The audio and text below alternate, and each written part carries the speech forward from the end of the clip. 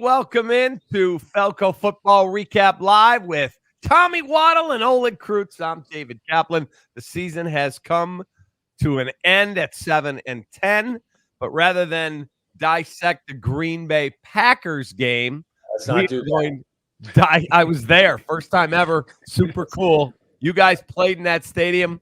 I had cocktails in the stadium. It was tremendous. It was awesome, but we're going to break down what was said and not said at the press conference to wrap up the season today. So that is our 4 seasons, heating, air conditioning, plumbing, and electric press conference recap season breakdown. All right, Olin.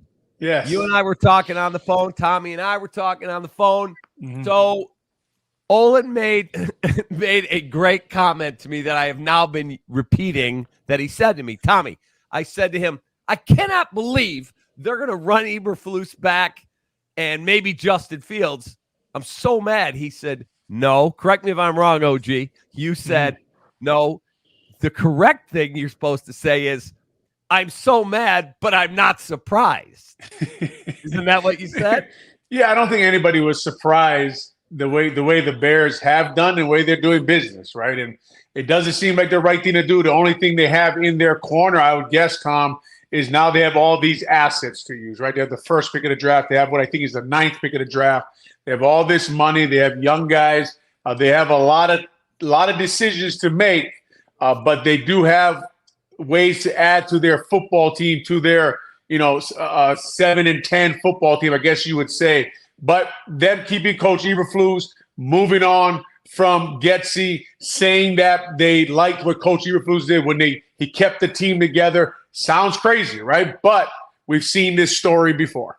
Yeah, I guess look, I think Matt Eberflus did some nice things, especially the second half of the season. I do give guys credit for Olin. I mean, you know how the season's a lifetime and the ebbs and flows and the roller coaster ride that it can be. And, when things are going bad, sometimes it's hard to stop that truck as it's going downhill 100 miles an hour.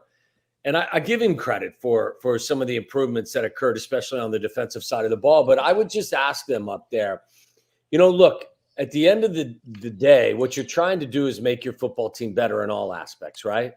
Like, are you going to upgrade the center position? Are you looking to upgrade the center position? Are you looking to upgrade the other wide receiver position?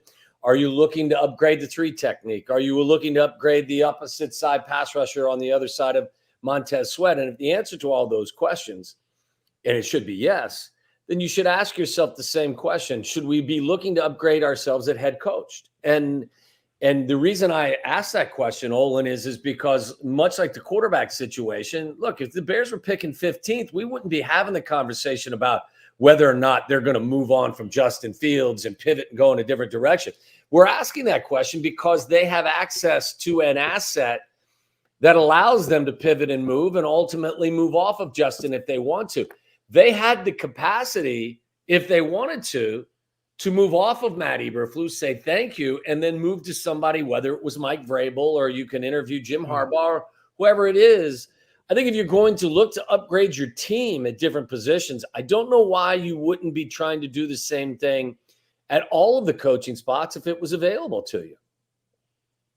So yeah, I don't. It's just really interesting to me that the things they said today, right? It was like, I don't know. They were trying to convince themselves of the things that was coming out of their mouth, right? That they, he guided us through these rough times, made the defense better. What made the defense better? The $98 million you threw at Montez Sweat, right? Yep. Because before that, today they say they fired Luke Getsy, right? Said they didn't see enough improvement on offense or the ability to adjust. I didn't see that either until you got Montez Sweat, right? I didn't see all that blitzing, all that man coverage, and all that pressure until you got Montez.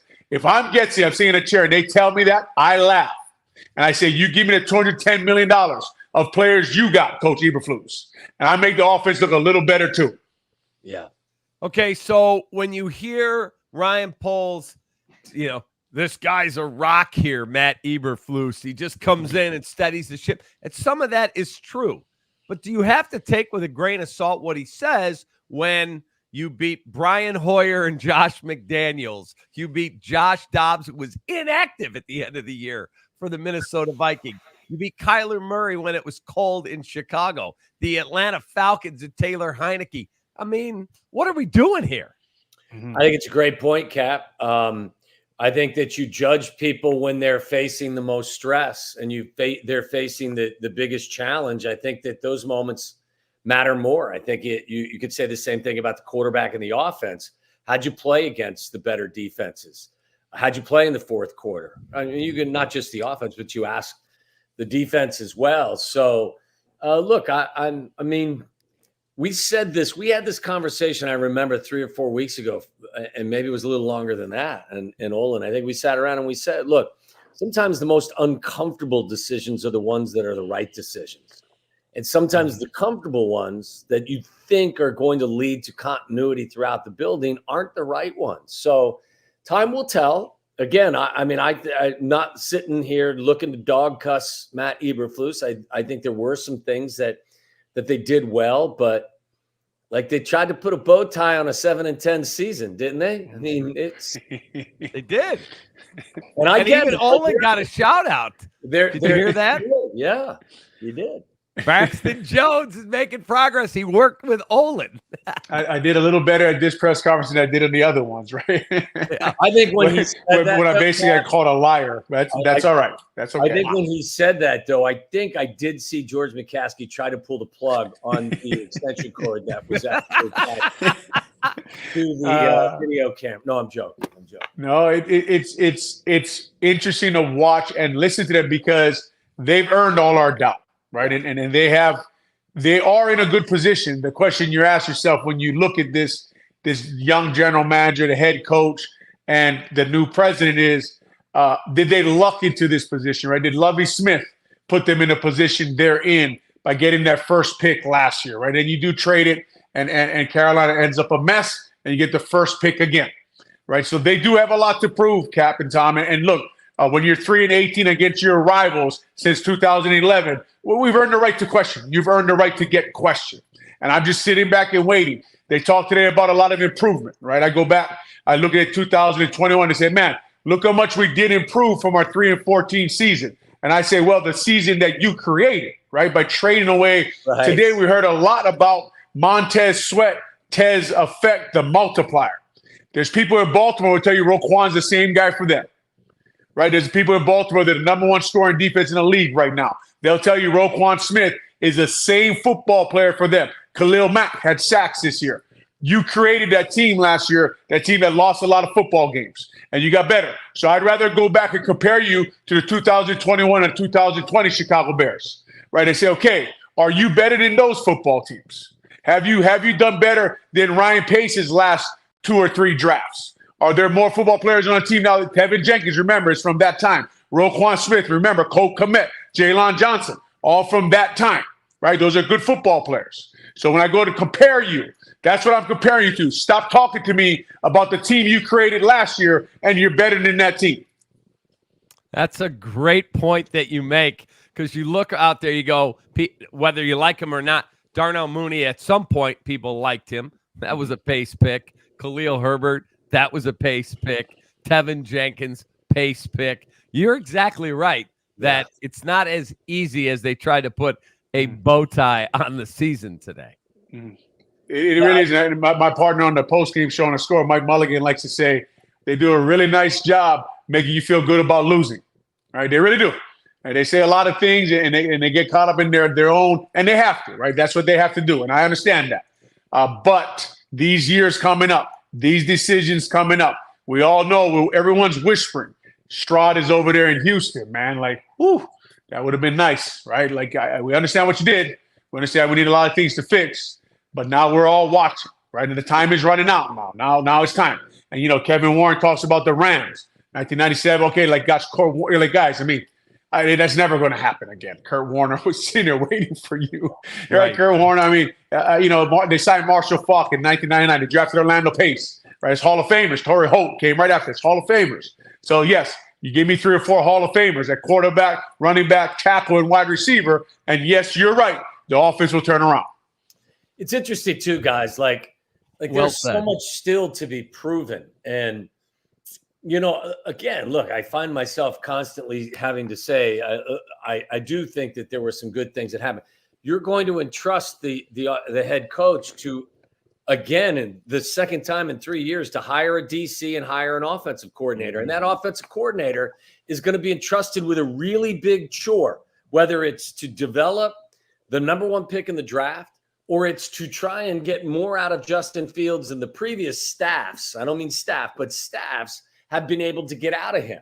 And I'm not talking marginal improvement. I'm talking about massive improvement, because if you're going to keep Justin, what you need to get out of him is not just one step forward. He's got to be the reason why offensively you take an enormous step. That's the role of the next offensive coordinator. So whoever that guy is, this is a crazy important hire. And my hope is that they're going to bring in someone, whoever it is, who's done it before, because there's too many scenarios inside that building right now where you're entrusting a ton of responsibility to people that haven't done it before. And that would just leave me a little bit concerned. Okay, but Bobby Slowick had never called a play. He goes from San Francisco, where he worked on both sides of the ball, by the way, and goes down to Houston with a rookie quarterback and a first-time head coach. And guess what? They have a home game this weekend. In the playoffs. It happens, Cap. And I'm not saying it can't, but we tried that last, didn't we? Didn't we try that? Didn't we just try that with Luke Getsy? How'd that go? Not well. Time play caller. So why are we going to do that again? Because, I mean, obviously, I'm not blaming everything on the quarterback, because I don't think he's been surrounded by a ton. But maybe that's a direct result to C.J. Stroud being a multiplier that Olin talks about all the time. Maybe that's a result of a guy that can take people and lift them up, and their performance is better because of them being around him. So, look, you can find someone who's a first-time play caller if that's what you want to do. Didn't work the previous time. I wouldn't do it. There's no chance. Not again, especially with look, Bobby Slow can go down there. If they have a rough opening season in their rookie year, which they didn't. They won 10 games and they won the AFC South. But nobody's going to push you out the door. You bring in a first-time play caller again and it doesn't go well, what do you think's going to happen? So I'm just saying to you, as a fan of the team, at this point, I would rather, if that's the route you're going to go, and you're going to trust Matt Eberflus and the crew up at Hallis Hall to determine who the next offensive coordinator is, I'd rather that guy actually have some skins on the wall. That's just, that's my preference. Oh, gee. Yeah, it's going to be interesting to see who they pick. And like you're talking about, Captain Thomas talking about, it's hard to trust what we just watched, right? And one of the things I worry about, and I'm a big fan of his, Coach Morgan, the offensive line coach for the Bears, we talk about just doing things the right way, right? Just like we talk about with the way the organization's built and the president should hire, and we're not going to get that chance. So they're going to do it their way, and we got to hope that it works, that it strikes gold. It's just not the right way to do it, to say, well, the offensive line coach is staying and whoever comes has to have him, right? It's just not, it just doesn't make, when he's sitting there and saying, yes, he is going to be here, he's hired, that he's going to be the O-line coach. To me, it just borderlines on crazy to me. It's just, Coach, just say we're gonna have him interview with the guy we hire, right? We all know the most important relationship is the OC and the O-line coach. That is the most important relationship in a building for the offensive side of the ball. It's the guy who draws the plays and the guy who draws the protections, and those two things got to marry up. I was in a room with Mike Martz and Mike Tice, and then they get along for a long time, and it was interesting to watch. Two very smart guys, right? It didn't work in the beginning because there was a lot of friction, but it started working after a while. But all I'm saying is that there's just immediately, not only because you hired Getsy and that didn't work, not only that we all saw the first year that he wasn't going to change his offense, not only that we were asking on this show for you to change the play caller, by the way, 4 weeks ago, and you didn't, right? That worries me already, that you hired the wrong group of guys, right? And the running back coach got fired in season, and now the tight Tolbert's gone, everyone's gone. Now you're telling me, yeah, it's fine, but this guy has to hire the O-line. He has to. His O-line coach is hired already, by the way. Okay, Coach Eberflus and Ryan Poles, let me call you guys up. That's the wrong way to do it. And who takes that job, Olin? Yeah, like, yeah. You ain't gonna tell me that. You ain't gonna tell me that, Tom. No, I'm not. No, I'm not doing it. Sorry. Yeah, I mean, like, think about it. Who's taking that job? Somebody will. I don't know. Is it Frank Reich? Is Frank Reich going to take it because he has a relationship? Eric Bieniemy? Is Eric Bieniemy? I don't know. But then again, like as Olin is saying, you bring in a new OC, and I like Morgan. I think he's really good. You know him better than I, and you would be able to evaluate him better than I. But just we're never on schedule together with everybody, and it's frustrating because you had a chance. You had a chance to get everyone on schedule more so than you have had in the past. And like, if you're Frank Reich, you taking that job? Like, for what? Like, and think about this too, guys. And maybe I'm just making a mountain out of a molehill. Let's just say go through a number of these scenarios. Say you want to move forward with Justin. Is Frank Reich coming in here and complete? Frank Reich's been in the business for how long? Frank Reich doesn't run an offense that will, pander to the skill set of a dual threat. And you think he's coming in for 1 year to save a guy in his fourth year? I don't know. I don't know that. I mean, I'm not sure. Is Arthur Smith going to come in and do it because that's kind of his style? I have no idea. I don't know who they're going to bring in, and then it matters who's the quarterback. I mean, like, I'm just concerned that there's a whole lot of hard to answer questions associated with this. Yeah, it's like we're talking about, right? Like, if Coach Morgan is that good, I'm sure he doesn't mind interviewing for the job. I think he's good. I'm sure he doesn't mind the competition of it. To me, it's just not the right way to say, okay, yeah, we're going to hire an OC, but his O-line coach is here already, no matter what, right? Like, if Coach Morgan is that good, then he'll get that job anyway. Yeah. Correct. Right? Then he'll interview and he'll present his concepts and his schemes and his film and the way he teaches things. And you heard Coach Eberflus say today, big Rod Marinelli guy always talks about teaching the coaches, right? You got to be able to coach the coaches. You got to be able to motivate the coaches. That's a Rod Marinelli right there. I've heard Coach Marinelli say that all through the years. Show me what you do on with your drills. Show me that on film in the games. Coach Marinelli would say that. I promise you, Coach Morgan doesn't mind doing that. Right. But for all I'm asking you is to do it the right way. Say, look, we like – I'm a big fan of Coach Morgan's. We'd like for this guy to keep him, but that's his choice. All right, let's take a look at Justin Fields' season numbers. It's our Westtown Bakery OK Dispensary, Westtown Bakery in Wheeling, corner of Lake Cook and Milwaukee. Justin Fields winging it numbers.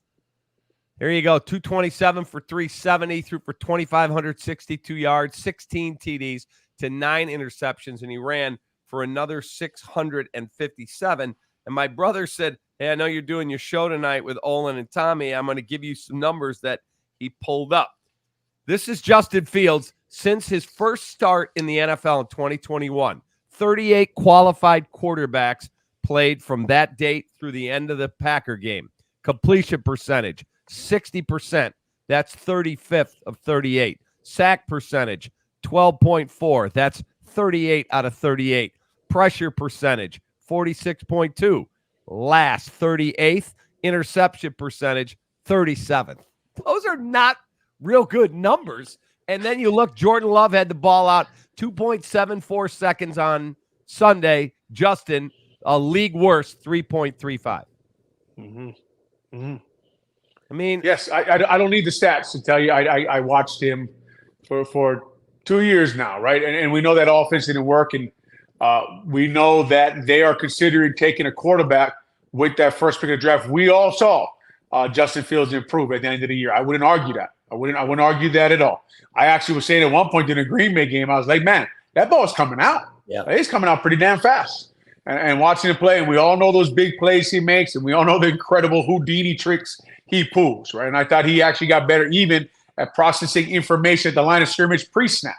Yeah. But did he get good enough, Tom, to not consider the first pick of the draft? No, I'm not going to say that at all. Now, if I'm Justin Fields, I do the same argument I gave you for Luke Getson, and I say again, what was Coach Eberflus's unit ranked before he got Montez Sweat? Right? I mean, it's just talent, right? Talent. You got to have talent out there, man. You got to have guys. DJ Moore. Imagine this. Imagine the Bengals were out of it, Tom. The Bengals are out of it. They trade you T. Higgins, right? I will take T. Higgins, right? We'll give him T. Higgins all that money. I'll put him outside DJ Moore. I wonder what the pass offense would have looked like. It's certainly a whole lot different. Yeah, there's no question. I agree with what Olin said. I think when I look at the film, especially the last couple of weeks of the season, I see improvement from Justin on all fronts. I really do. And I don't know, guys, whether or not it just kind of all came together late or it was just him saying, F it, I'm going to go out there and just play without any reservations, because my issues, the off-platform plays are intoxicating. There's no question. He's one of one when he does certain things.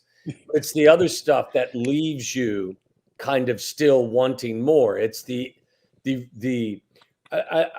wouldn't even say the inability, but just not even trying to push the ball downfield at times. Because I think when he came back from the injury, Eberflus kept talking about this 200 policy where what we want is 2 touchdowns total, no sacks and no interceptions.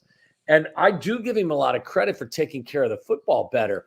But sometimes you got to push the ball downfield and take chances. And I thought there were so many things that he passed up early in the season. Just, step up in the pocket, let it rip. If you're a little bit off target, so what?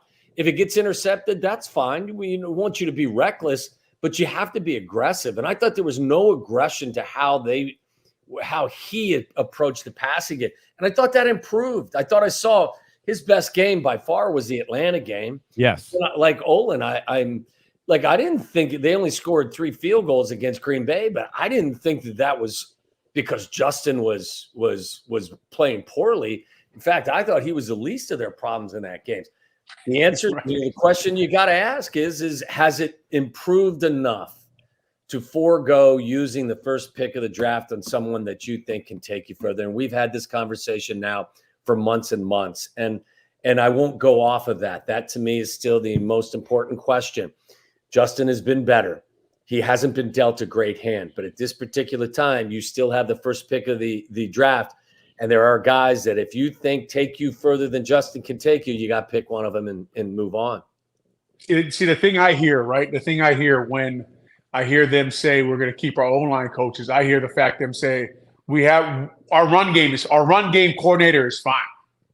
Yeah. Right. We have our run game. We have our schemes. We have our concepts. We need a pass game guy. That's what I hear them saying. Our pass game is not good enough. That's what I hear when you say you're going to keep your O-line coach on the number 1 rush offense in the NFL. Our stuff is not good enough now. That just tells me that the quarterback's not good enough. The scheme was good enough. We moved on from the coach. We heard Ryan Poles say, look, I'm considering keeping 2 quarterbacks, right? I understand his thought process. We've talked about this a lot on this show, right? It's in the absence of logic not working, you got to throw logic out the window and see what the hell may work. So I understand what he's saying there, because he said I got a million things and I'm thinking about them. I credit him for being honest at that time, but no one in their right mind is going to say that they watched Justin Fields the last 2 years and saw what they wanted to see. And Tom's point, man, the O-line, they got beat up the last game against Green Bay. And there wasn't a lot of chance there for the quarterback. And I tell you what, I tell you a lot of times, I'm an offensive line apologist, right? I will watch film and tell you 100 times that the lineman this and that. And they got that game, I had nothing, Tom. Yeah, I turned the film on, the guys were getting beat, right? And they lost their center going to the game. And it's always fascinating to me, guys. The Chicago media for years, as long as I've done it, and I'm one of them, they will complain about the O-line for months. I didn't hear one question today about the center position. Yeah. That was their biggest mistake. The way their plan at the center spot was one of their biggest mistakes on offense. Nobody asked one question to Ryan Poles about how he felt about his plan at center. Right? How did you feel your plan at center? How did you feel your plan at right guard? How did you feel your plan at Cody Whitehair? Right? That fell apart on them. Yeah. They beat bad against Green Bay because of that, against their rivals at the end of the year. They ended on a bad note, right? But the same people who will complain about the O-line for months will not ask a question about it. Yeah. Right? That plan was his worst plan. So as bad as the OC was, that offensive line plan in the middle this year did not work. Did not work. And to Olin's credit, before the season started, I was over at his house, and he said, I've watched Cody Whitehair try to be a center under John Fox, under Matt Nagy, and this is a mistake. He's a good football player. If you play him at guard, this is not going to end well. And, of course, that was the problem. And then Tevin Jenkins, he went on social media and said, I'm sorry, Bears fans. I had my picked the worst time to have my worst game. He's a good guys. Okay, guys. Look, I know that they're not big fans of Joe Barry in Green Bay. I think they're probably, even if they win against Dallas this weekend, there's still people that want Joe Barry gone as their defensive coordinator. Their front defensively and their front offensively, their O-line and D-line, they consistently dominate us. That's got to be something that our crew up there at Hallis Hall identifies where we're not doing things that we need to be doing correctly, and we need to rectify that sooner rather than later.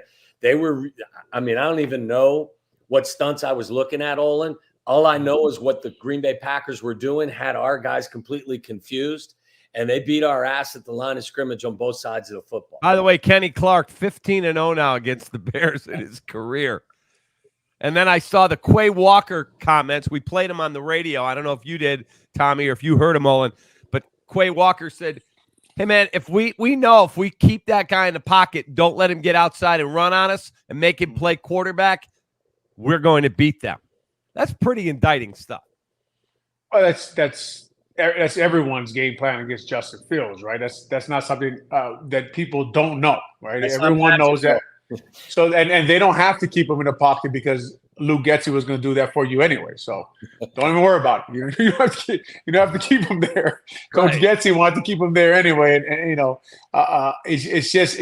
there's a guy you'd love to get a beer with in a bar, and I'd love to just talk to him. Be like, Coach Getsy, what did you think about Justin Fields, and what did you feel like your game plan was limited? Why didn't you go to more college concepts? It's the fact that you didn't have guys on your staff that could help you get to more college concepts. Just things like that you want to ask. But what Quay Walker said, them running those TTs inside against really basically what ended up being, the Bears' third string center, right? Because Cody Whitehair, Lucas Patrick, and now Dan Feeney, right? And then you slide into Cody Whitehair, guys. Cody Whitehair, when's the last time, I don't know if ever, he was in a right-handed stance in a live game? He played left tackle in college. He played left guard for the Bears, and he played center. He was in a right-handed stance at right guard in the game. Why wasn't Jatari Carter suited up? Again, I don't want to go back to the Green Bay Packers game, but I'm just talking to you about the guys who are making decisions on the offense are the same guys who made these decisions this past year. So don't ask me to have total faith in it. Thank you very much. You're on fire. Love it. Armchair Fantasy Football says, Cap, if you're Ryan Poles, what are you doing with those first-round picks? I am grabbing Caleb Williams. If he passes all my background checks, I'm taking Caleb Williams. I watched a bunch of tape on him this weekend. Tommy did as well. I know Olin has seen him. Now, I don't know how to evaluate quarterback play, but I got two eyes.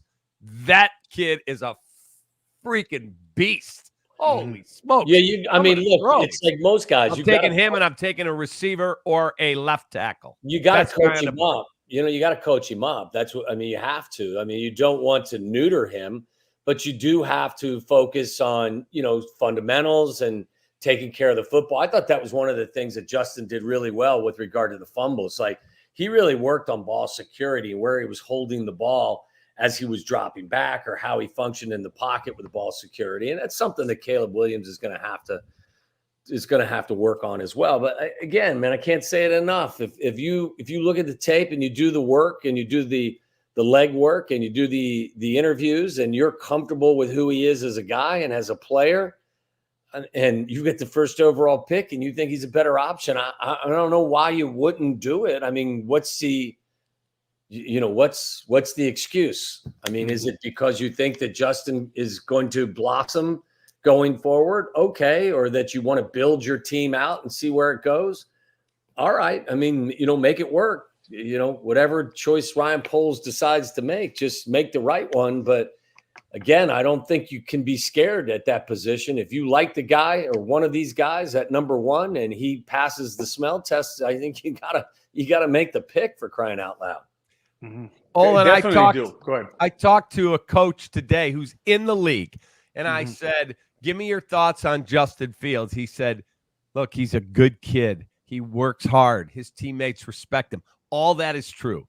He is not good enough. And you cannot he said there's no other team in the league other than maybe the Bears that would leave Caleb Williams on the board. Not one. Yeah, and especially what you guys just talked about, what his film looks like. And then obviously you heard Ryan Poles talk a lot today about the person, right? And that goes without saying, checking in on all that stuff. And I've seen a lot of guys who play really good football who make you forget about the bad person, but that's a whole nother story. Listen, it's just Justin Fields. He had the 2 years, what you saw, he didn't do enough to say, look, if this Caleb Williams, and we all know about the rookie quarterback window, like that's a thing, man. I mean, the money and building your team and building everything around a young quarterback as you make a run at this thing that everyone knows anything about the salary cap, knows anything about the NFL right now will say you are crazy if you don't take a young rookie quarterback at one right now and make a run with what looks like a very good defense. And can you surround this quarterback with all kinds of talent with the money you would have to give to Justin Fields to make that run? And think about it too, guys. Like I hear everyone talk about the risk. Of course there's risk. Oh, yeah. If you use the number one pick on a quarterback, there's risk. I would argue there's risk if you don't draft that quarterback number one. If you move forward with Justin and you pair him with an offensive coordinator and you get the same results that you got this year with Justin and Luke Getsy, then isn't that a risk? Like, what if he doesn't make the progress that you're hoping that he will make? You know, at that point, then what you've risked is the opportunity, A, to draft someone with the first overall selection, and you've lost the opportunity maybe to trade Justin when other teams around the league have a high opinion of him. So, like, there's risk associated with drafting a quarterback first overall or moving forward with Justin. There's risk with everything. It's a legacy pick in my opinion. Yeah. This is Ryan Poles' legacy. If he F's up this decision, it says, all right, we're leaving Caleb Williams on the board and we're going to stick with Justin. And Caleb Williams is playing in the Pro Bowl next year on a team that won 10 games that was shitty this year. And Justin isn't getting you where you got to go. You're getting fired. And vice versa, right? Well, I don't know about that. I mean, because they find ways to keep people around, even if you're not really getting where you need to go. But I get what you're saying, Cap. Yeah, and you know, you hate to say this right now because of all the excitement and Caleb Williams could be the guy, and they could turn us around. But there's a voice in my head that whispers every time he might have missed his legacy pick already, right? That kid may be in Houston. I mean, these are just facts, man. I mean, like if that guy ends up being a franchise quarterback and you don't have one, you missed. Like that history is going to tell you missed. No matter how much you got for the pick, no matter how much you said you restocked on assets and picks, if Caleb Williams and Justin Fields end up being not franchise quarterbacks and Stroud ends up being one, it's it. I mean, that's your legacy pick. And it's funny. I think I think the play of Stroud actually probably puts a little, and just perception from where I'm sitting, just my opinion. I would think the fact that Stroud has done what he's done puts a little more pressure on Ryan to actually make that pick at one. Mm-hmm. You know what I'm saying? Like, wow, I can't let this go again. Like we did what we needed to do last year, and I don't think they had any intention of using that pick. I think once they got it and they were fortunate to have the number one overall pick, I don't think they thought very long or hard about actually making that pick. I think they were going to trade it all along. And, okay, but this year, I think that they have a different approach and they have a different perspective. So if you decide you're not going to use that pick on a quarterback, and like you guys say, that guy becomes the player that CJ Stroud projects to be, boy, that's so Olin, I said to Tommy, I don't know, maybe 10 days ago, we were having a conversation, and I said, Tommy, I don't know if I would take back the trade, even as good as Stroud has been, simply because I need a right tackle. I got to fix my O-line. DJ Moore, I don't have anything. I got the number one pick this year and their second rounder last year and their second rounder next year. And Tommy said, okay, that's all well and fine, but CJ Stroud, it may end up being an all-pro quarterback. I saw a stat yesterday. He is the third guy in NFL history to have the most yards passing per game, along with the best touchdown interception ratio. And the only other two guys have done that, Tom Brady and Joe Montana.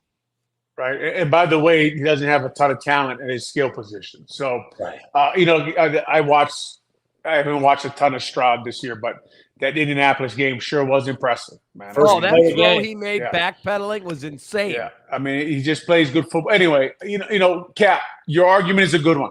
And that's why there is faith up there at Hallis Hall. That's why even with them keeping Coach Eberflus and doing things, I guess what you would call the Bears way, there is hope, right? Because you see all the picks and you see all the assets they have to build the team. And, Ryan Poe's throw $200 million at the offense to see what it looks like next year, right? And a couple, maybe 1 or 2 draft picks. And let's see it. Let's see what's going on. You're going to add all these guys there.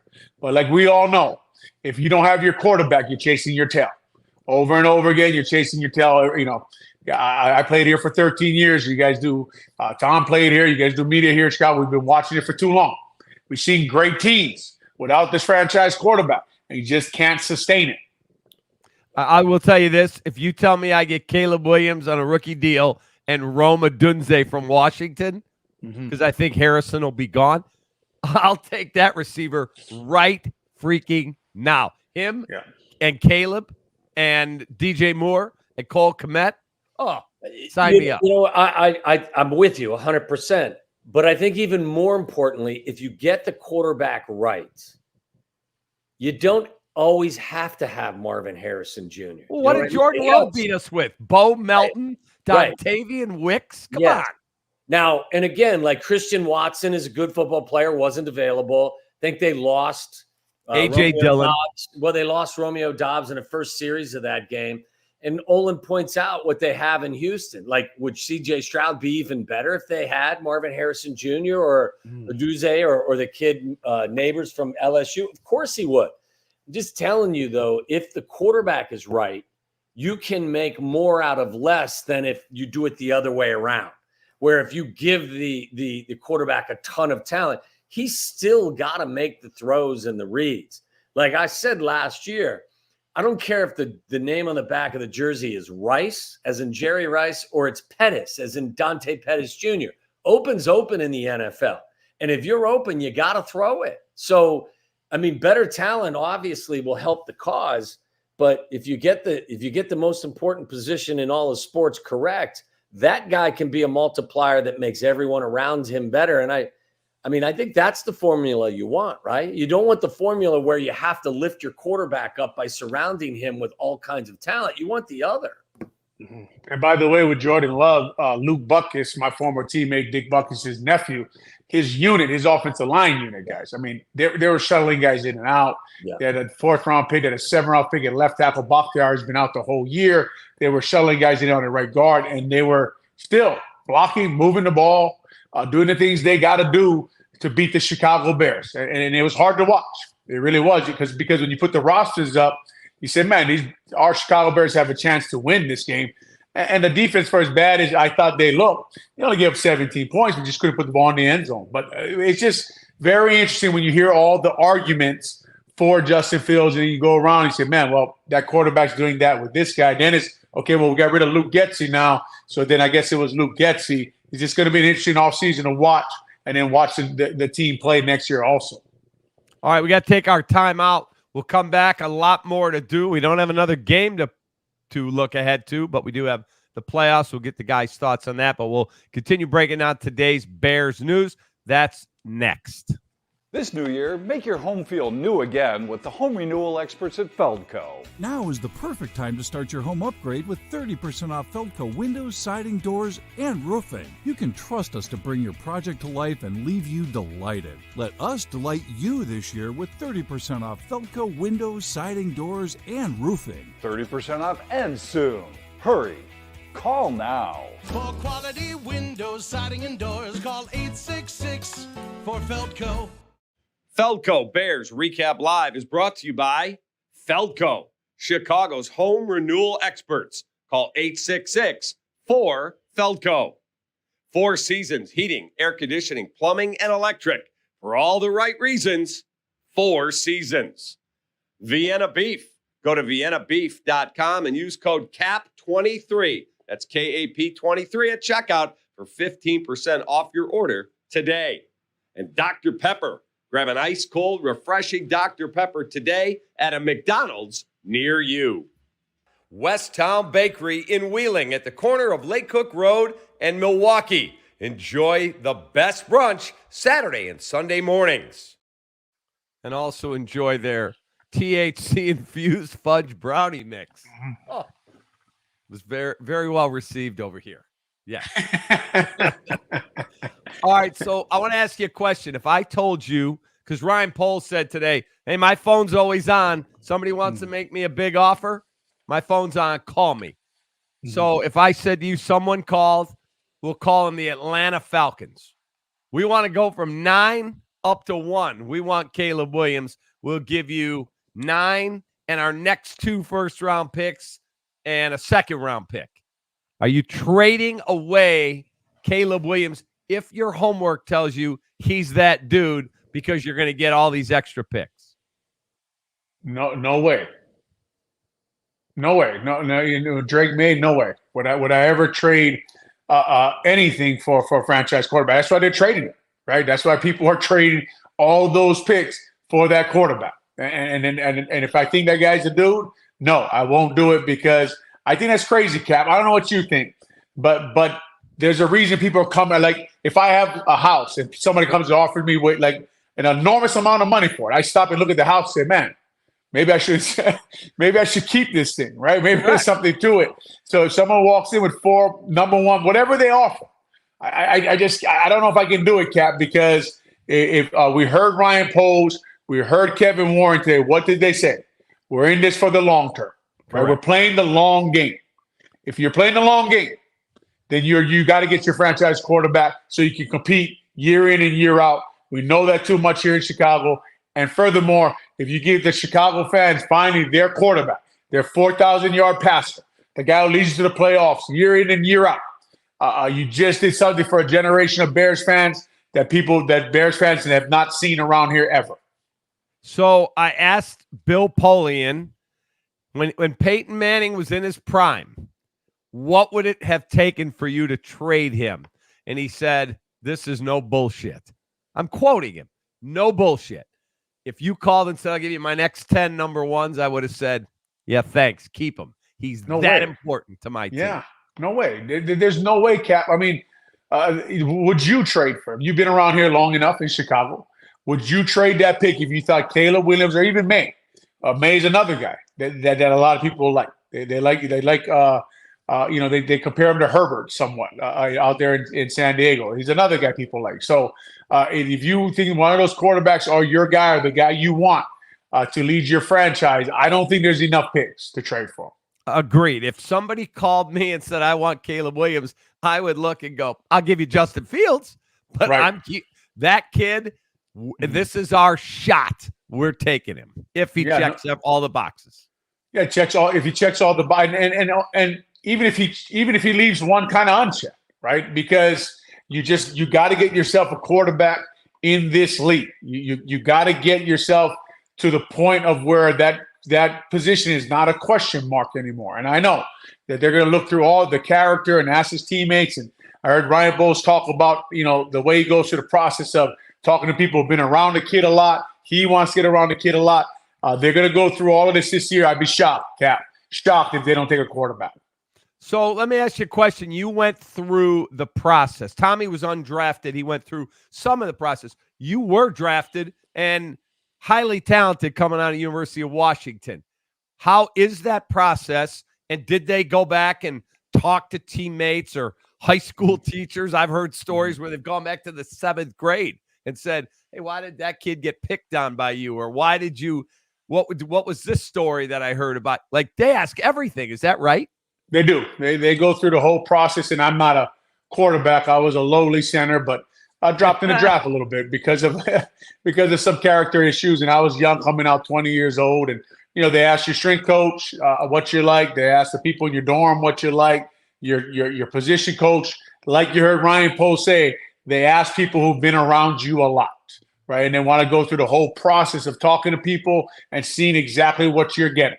So yeah, and nowadays, Cap, with social media, right, with all the information out there, with the things they got to do with these kids, and Ryan Poles mentioned today, right there on the he knows. I credit him. He knows how hard it is to play quarterback in Chicago. I credit him for noticing that, because we've talked about on this show, Cap, and me and you've talked about as long as we've known each other, that they have to recognize in that building how hard it is to play quarterback in this city, and make sure when a young man comes in, you're explaining to him about what he's about to go through. We've talked a lot about their PR department and how they have to get better there. I'm sure Kevin Warren wants them better, right? He wants the media side better. We saw Coach Eberflus go on stage a couple of times this year and not be ready for the questions he's about to ask. Right, it's not good, right? So they got to improve on. I heard Kevin Warren say, I want elite people at different positions. They got to get more than just elite football players to turn that building around. It's a great point, because coming in here to play quarterback, we saw Mitch Trubisky, and everything he said, whether it was good or bad, is on every show. All of it. Mm-hmm. He wants the TVs turned off, or he's this, or he's that. Every single quarterback. I'm going to ask you this. I said this on the air, and most agreed with me. A few did not. I believe you've been here since what, 98? Mm-hmm. Okay, over the last 25 years, I believe Justin Fields, through no fault of his own, is the most divisive athlete that I have seen come through Chicago. Derrick Rose, when he got injured and didn't come back quick enough. Jay Cutler. Those are the guys, along with Justin Fields, who, if you say something negative about Justin, the vitriol that comes from the Justin Fields fans is insane. Do you agree with that statement? Yeah, I think obviously it's louder now because of social media, right? Obviously, I think Jay Cutler, remember when he had that MCL injury in the NFC Championship game, right? That was divisive right there. A lot of people were on one side or the other. Mm-hmm. Right. And it was a lot. I don't really remember social media being big back then, but it wasn't. Justin Fields now, you're right, Cap.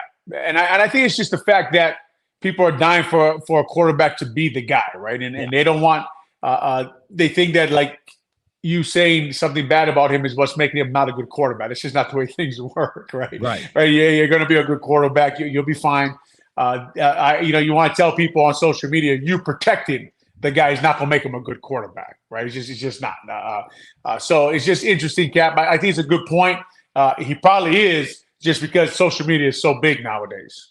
Tommy, do you agree with that statement that Justin, since I said 25 years when Olin moved to the town, you've been here a little longer, Justin is the most through no fault of his own, the most divisive athlete, because if I send a tweet out, I would take Caleb Williams. The responses are like insane. You're going to have to hire private security if you say that, so be careful. Correct. No, you're right. I've never seen anything like it in my entire life, and I heard before my shitty internet went down again, as it has a couple of times, I heard Olin say, like, it's because of what social media has added to the equation, and I agree. I think, look, I mean, this is a longer conversation and a different forum, but I think social media is going to be the downfall of our society. And it's poisonous at times. And I think it doesn't serve much of a purpose other than gathering information and actually being the vehicle to have shows like this. So I think that this is great. But I think all the nastiness out there is just doesn't help the cause. And I agree with you 100%. I think it's crazy out there that, you can't have a civil conversation anymore with a disagreement or differing in opinions before, and, I probably shouldn't even say this because it's just going to get me in trouble. But like when Olin Kreutz says something, y'all should shut the F up and listen to him when it comes to football.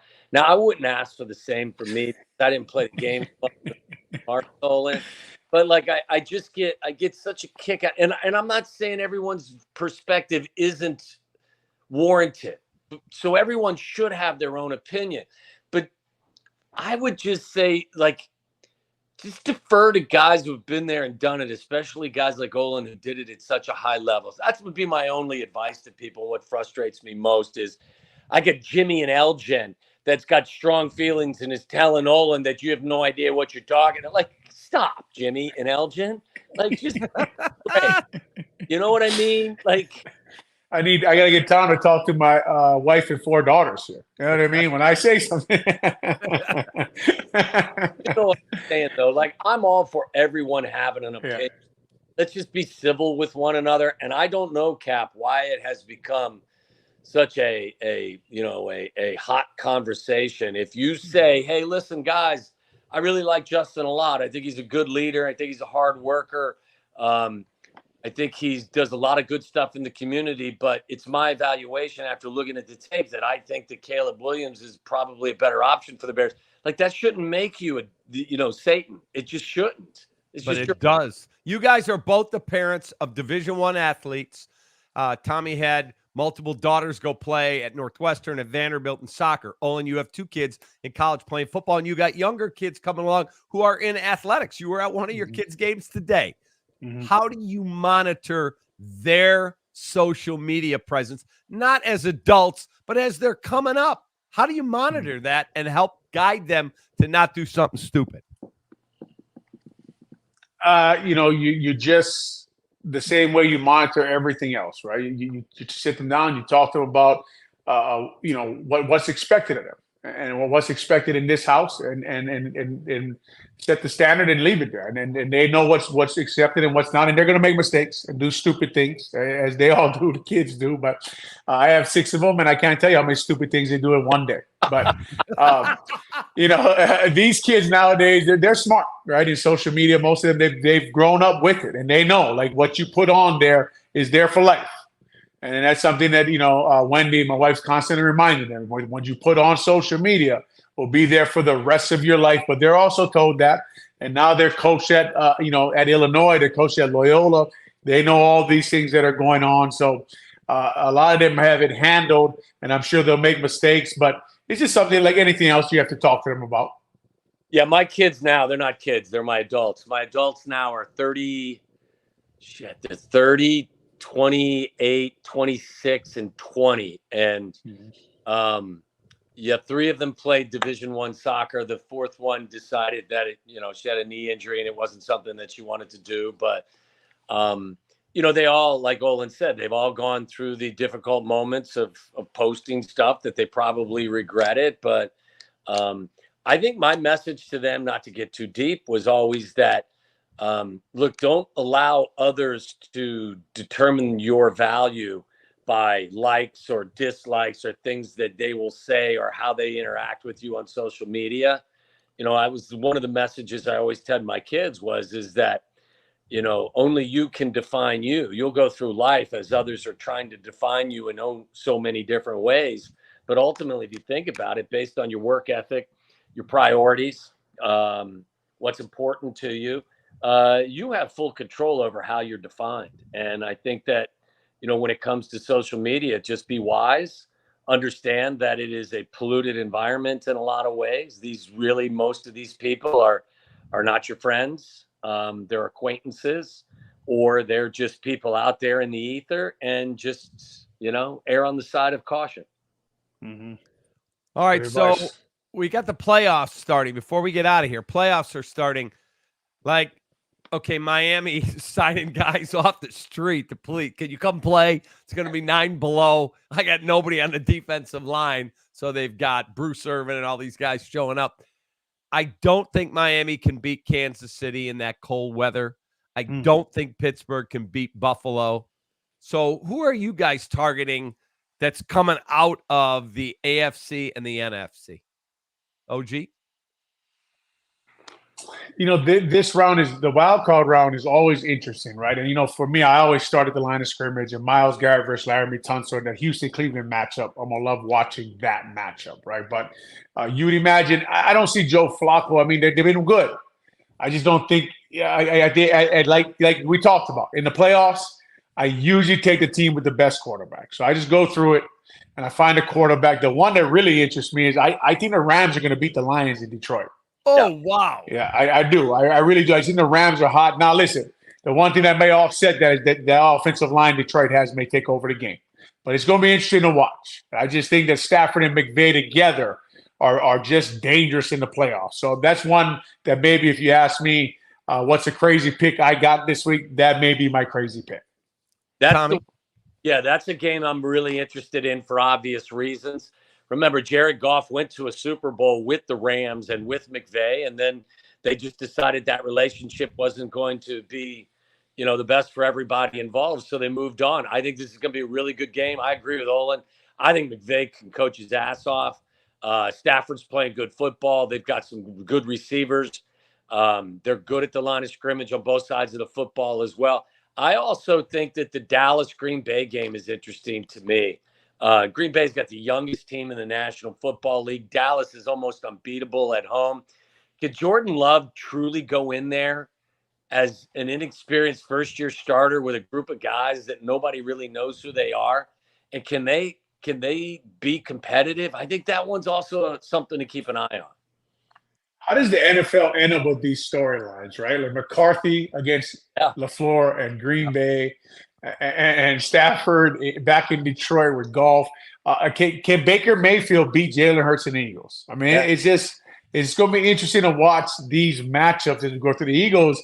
I've never seen anything like how they're playing football the last 6 or 7 weeks.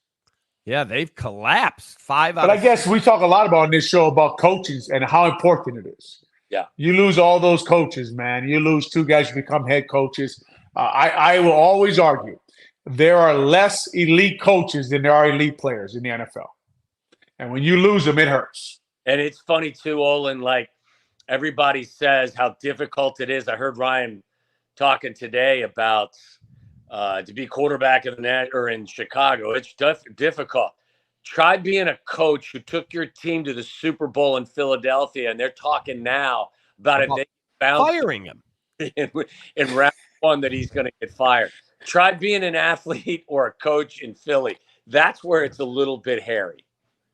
Crazy, man. And it's funny because Mike Vrabel, we heard through back channels, somebody I know who knows Vrabel, I can't believe you guys signed Nate Davis. He doesn't like to practice. And now we're wondering why they've had their struggles at right guard. And then he dumped A.J. Brown on the Eagles. And all we keep hearing is from people who cover the Eagles, oh, that guy's a problem in the locker room. I mean, you look at elite coaches like Mike Vrabel, they know what they're doing. Yeah, and then you look at his coaching staff, right, what he's did the last couple of years. And it hasn't been great, right? So I don't – it's just – if you're not there with your feet on the ground to figure out everything that's going on and go through all the decisions and all the history, you just don't know. But it seems like a guy like Vrabel is a hell of a football coach. And when you move on from elite guys like that, I mean, you're really taking a risk, man. Big time.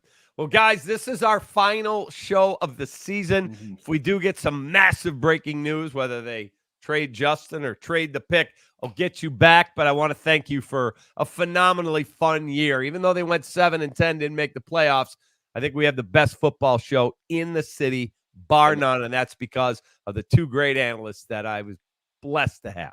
Can I just say I've enjoyed the hell out of it. Thank you both. And, I mean, I'm almost 57 years old. I say it all the time. You're never too old to learn, and I got to say it. I'm not just kissing his ass.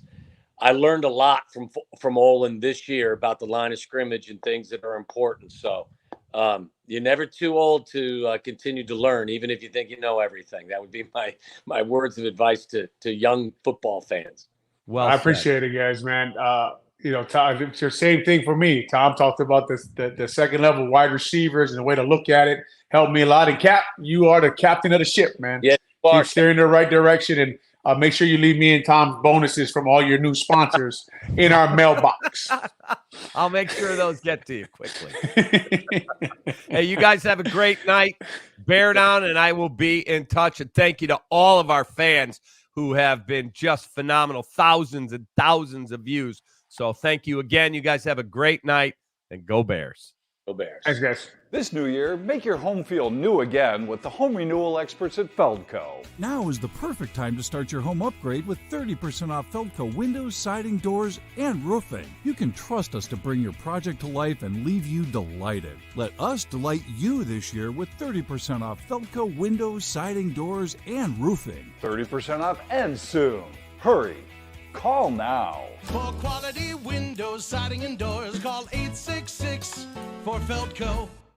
Feldco Bears Recap Live is brought to you by Feldco, Chicago's home renewal experts. Call 866-4FELDCO. Four Seasons Heating, Air Conditioning, Plumbing, and Electric. For all the right reasons, Four Seasons.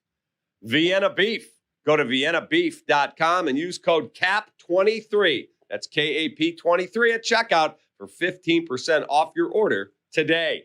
And Dr. Pepper. Grab an ice-cold, refreshing Dr. Pepper today at a McDonald's near you.